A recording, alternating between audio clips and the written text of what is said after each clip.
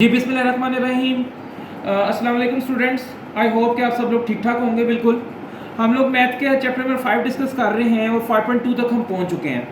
ठीक है, 5.2 में मैंने आपके साथ लास्ट टाइम जो डिस्कस किया था क्वेश्चन नंबर 2 डिस्कस किया था, जिसमें हमने मिडिल टर्म ब्रेकिंग को यानी दरमियान वाली टर्म को दो हिस्सों में ब्रेक करके फैक्टराइजेशन करना सीखी थी। आई होप सो कि आप सब लोगों को उसी मिडिल टर्म ब्रेकिंग क्लियर हुई होगी। ठीक है, और उसी क्वेश्चन नंबर 3 जो है ये भी मिडिल टर्म ब्रेकिंग से ही मुतल्लिका है। तो इस क्वेश्चन में भी हम मिडिल टर्म ब्रेकिंग को के 2-3 क्वेश्चन करते हैं ताकि आपका ये कॉन्सेप्ट जो वो मजीद स्ट्रॉन्ग हो जाए।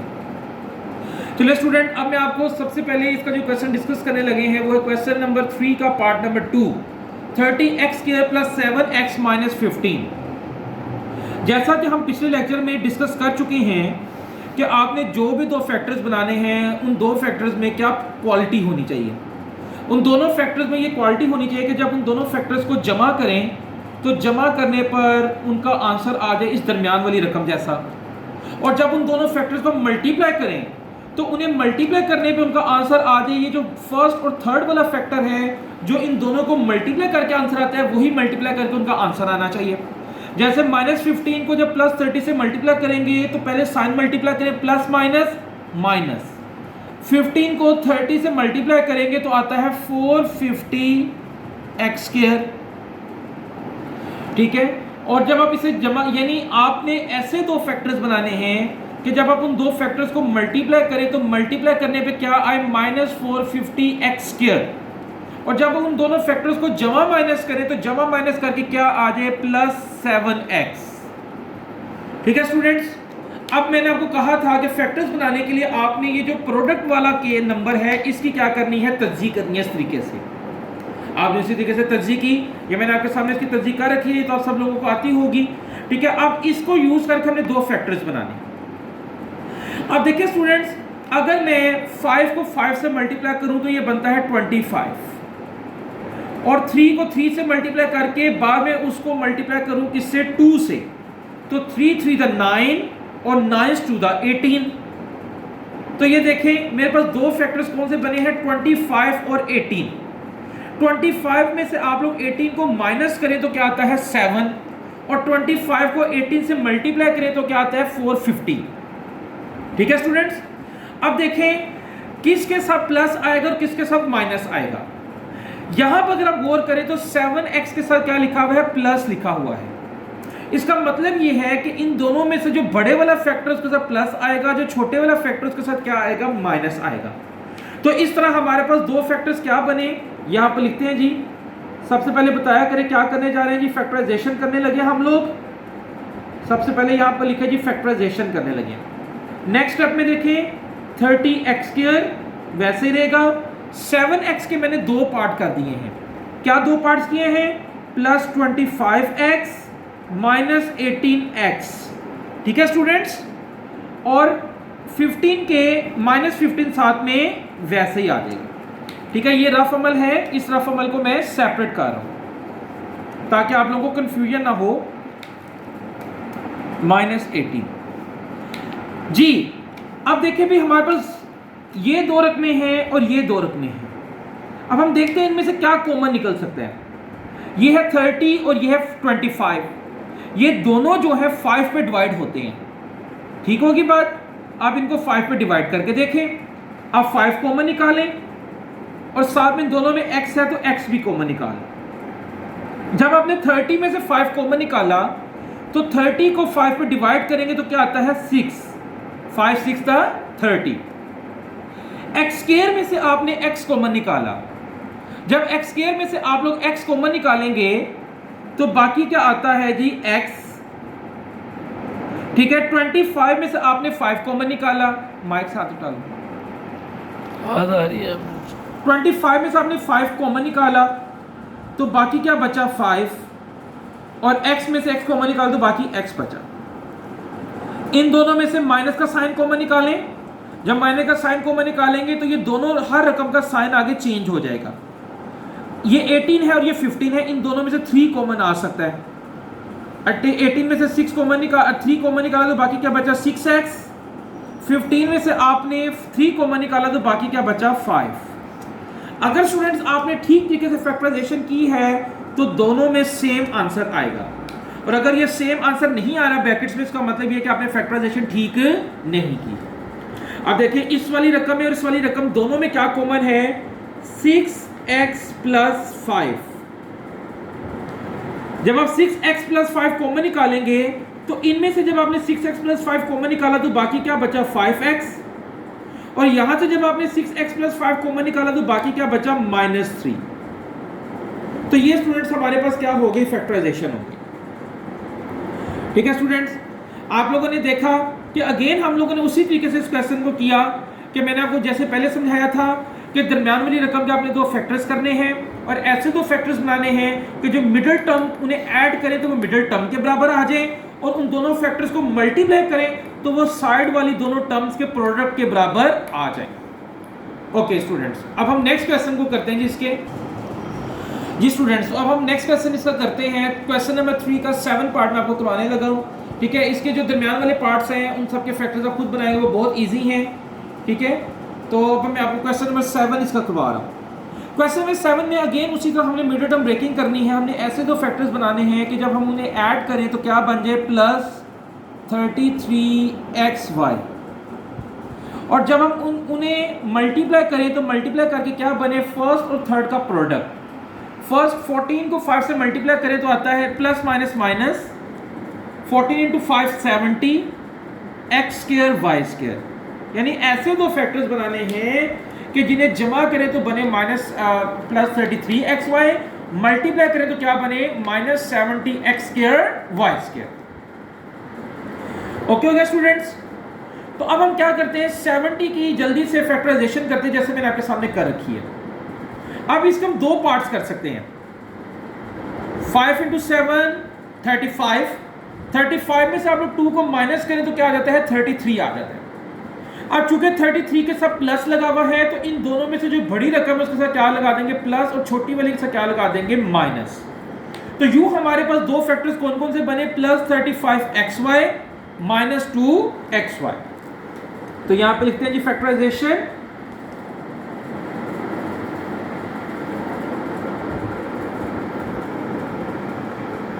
(5x²) 35 की जगह पे हम क्या लिख देंगे जी, 33 की जगह +35xy -2xy -14y²।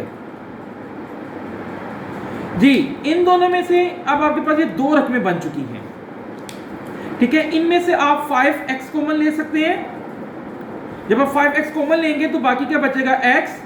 35 में से 5 कॉमन लिया तो क्या बच गया, 7, और xy में से x कॉमन लिया तो बाकी क्या बच गया जी, 7y, यानी x + 7y।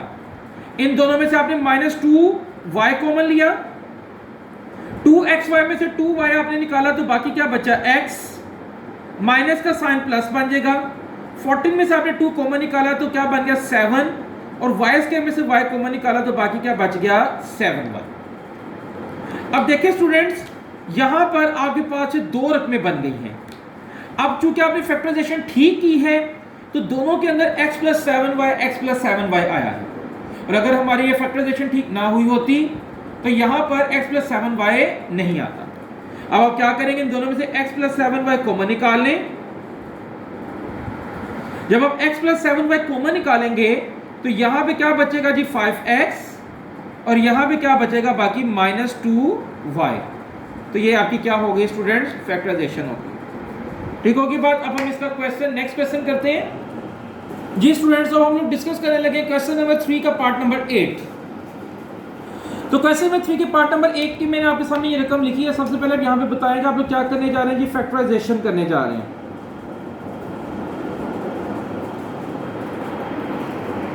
अब इस क्वेश्चन में आपके पास 5x - 1/x का होल स्क्वायर और साथ में ये सिंगल रकम है। तो इस क्वेश्चन को सबसे पहले जरा समराइज कर लेते हैं। इसको सोल्व करने से पहले सबसे पहले लेट कर लें कि 5x - 1/x जो है ये y के बराबर है सपोज, यानी मैंने इस 5x - 1/x को किसके बराबर ले लिया, y के बराबर ले लिया। तो अब इसको जरा पुट करें तो क्या बन जाएगा जी, y² + 4y + 4 = +4। ठीक होगी बात स्टूडेंट यहां तक।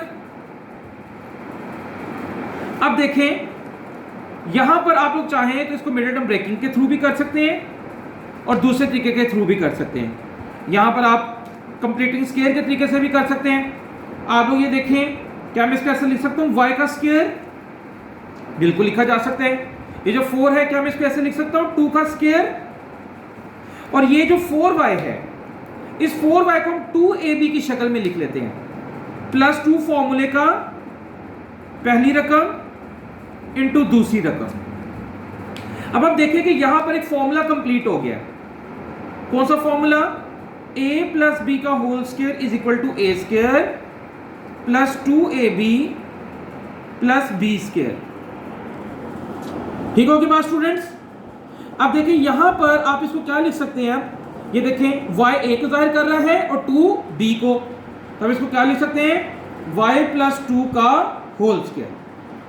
अब आपने ऊपर y के बराबर जो रकम एज्यूम की थी उसको y की जगह पे पुट कर दे, तो क्या बन जाएगा जी, 5x माइनस 1/x प्लस 2 का होल स्क्वायर।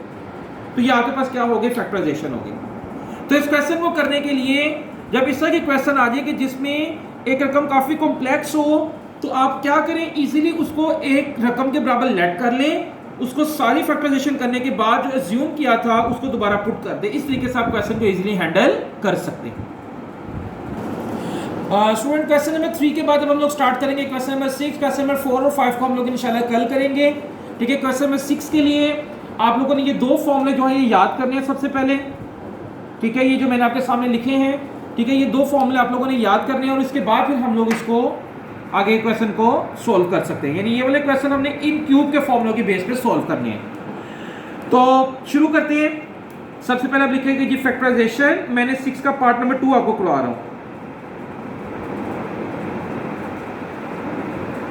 अब देखिए ये जो 125x क्यूब है, 125 5 का क्यूब होता है, तो इसको मैं लिख सकता हूं जी 5x का होल क्यूब, और ये जो 216 है ये 6 का क्यूब होता है, तो इसको मैं लिख सकता हूं 6y का होल क्यूब।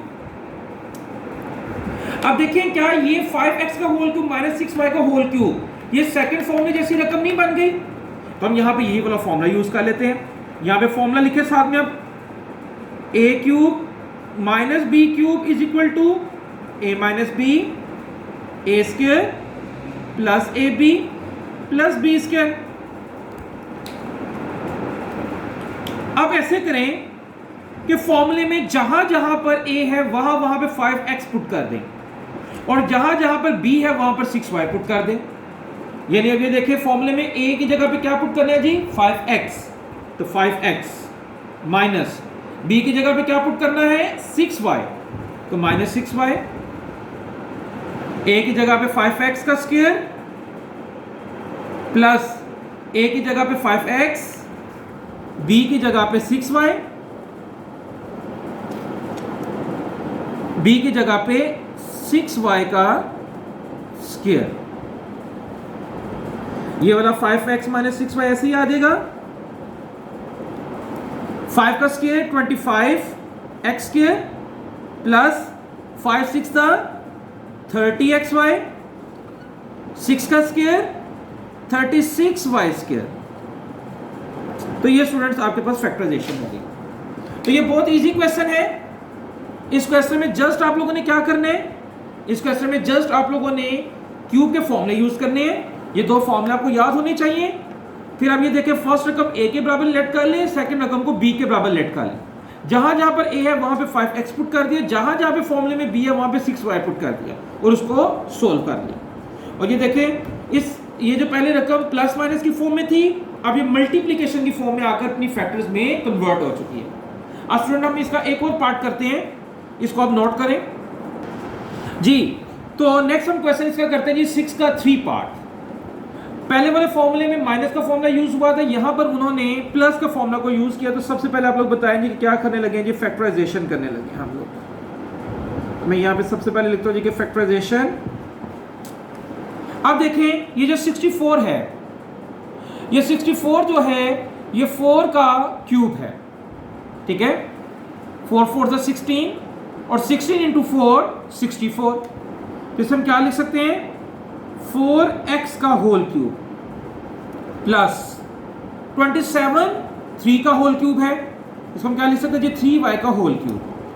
अब यहां पे स्टूडेंट्स कौन सा फॉर्मूला यूज होगा प्लस का, तो सबसे पहले आप लोग फॉर्मूला लिखें a cube plus B cube is equal to a plus B A square minus A B plus B square. तो स्टूडेंट्स देखिए हम क्या करेंगे, जहां जहां पे a है a को लेट कर लें 4x के बराबर और b को लेट कर लें 3y के बराबर। तो जहां जहां पर a है वहां पे पुट कर दे फॉर्मूले में 4x और जहां जहां पे b है वहां पे पुट कर दे 3y। ये क्या बन जाएगा जी 4x प्लस 3y, a की जगह पे क्या आ जाएगा 4x minus 4x into 3y plus 3y का होल स्क्वायर।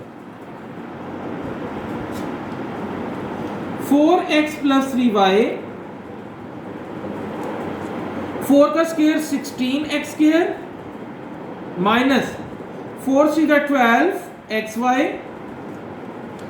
प्लस 3 का स्क्वायर 9y स्क्वायर। तो स्टूडेंट बस ये 2-3 स्टेप्स में ये क्वेश्चन वाइंड अप आपका हो जाता है।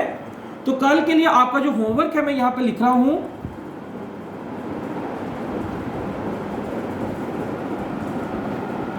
क्वेश्चन नंबर 3 और क्वेश्चन नंबर 6, ये कल का आपका होमवर्क है। Okay students, take care.